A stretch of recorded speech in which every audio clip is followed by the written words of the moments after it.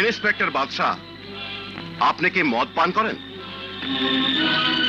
চুপ করে থাকবেন না, বলুন আপনি কি মদ পান করেন? হ্যাঁ, মাঝে মধ্যে আমি মদ পান করি।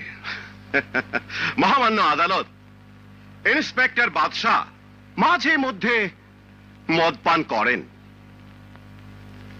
ঢাকার বিশিষ্ট ব্যবসায়ী, সমাজসেবী, স্বনামধন্য ওই গফুরউদ্দিন সাহেবকে আপনি চেনেন? হ্যাঁ, চিনি। তবে জানি না উনি ঢাকায় কিভাবে এসে এত তাড়াতাড়ি সুনামধন্য ব্যবসায়ী হয়ে গেছেন, তাও আবার বিশিষ্ট ব্যবসায়ী। কি বলতে চান স্পষ্ট করে বলুন।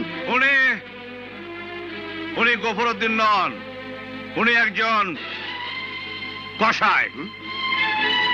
উনি কসাই? হ্যাঁ হ্যাঁ, কসাই কসাই। 2 মাস আগে কসাই লাল